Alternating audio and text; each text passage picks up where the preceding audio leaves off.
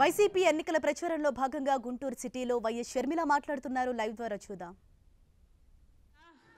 ఇప్పుడు భిక్షమిచ్చినట్టు పసుపు కుంకుమ అని దానికి ఒక పవిత్రమైన పేరు పెట్టి మళ్ళీ మహిళలను మభ్యపెట్టే ప్రయత్నం చేస్తున్నాడు చంద్రబాబు గారు. ఎంగిలి చెయ్యి విదిలిస్తే సరిపోదు అని మహిళలందరూ చంద్రబాబు గారికి బుద్ధి చెప్పాలి.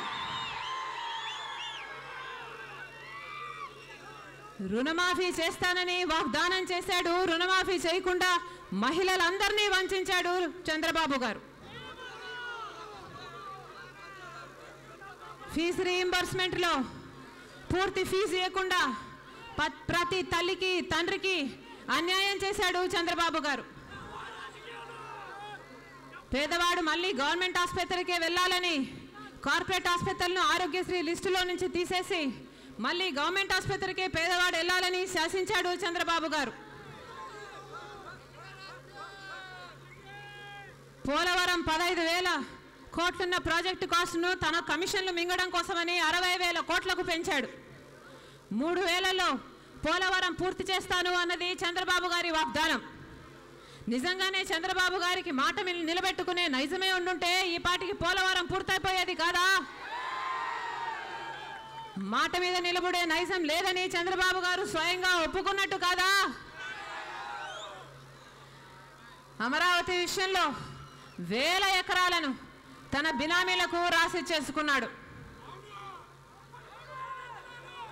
కేంద్ర ప్రభుత్వము మొన్న ఒక మంత్రి కూడా చెప్తున్నాడు, కేంద్ర ప్రభుత్వము 2,500 కోట్ల రూపాయలు ఇస్తే ఒక్క బిల్డింగ్ అంటే ఒక్క పర్మనెంట్ బిల్డింగ్ కూడా ఇంతవరకు కట్టలేదు చంద్రబాబు గారు.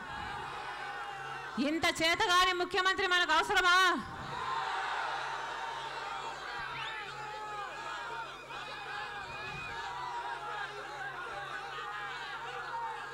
అమ్మకు అన్నం పెట్టడు గాని పిన్నమ్మకు బంగారు గాజులు చేయిస్తానన్నాడట ఒకడు.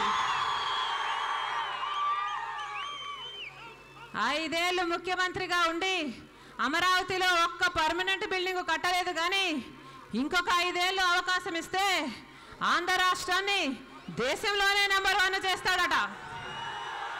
చోలో పూలు ఏమన్నా కనిపిస్తున్నాయేమో.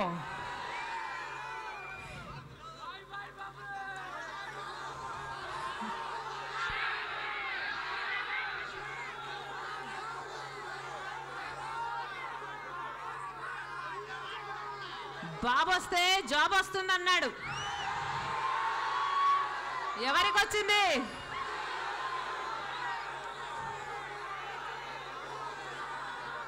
చంద్రబాబు గారి కొడుకు లోకేష్కి వచ్చింది.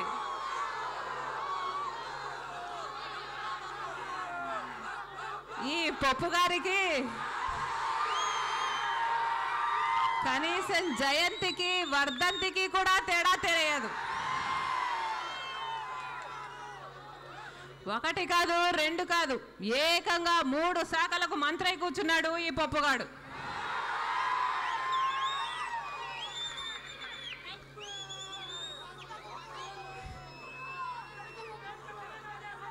ఆలు కూడా రావు కానీ అగ్రతాంబూలం మాత్రం నాకే అన్నాడట ఒకడు.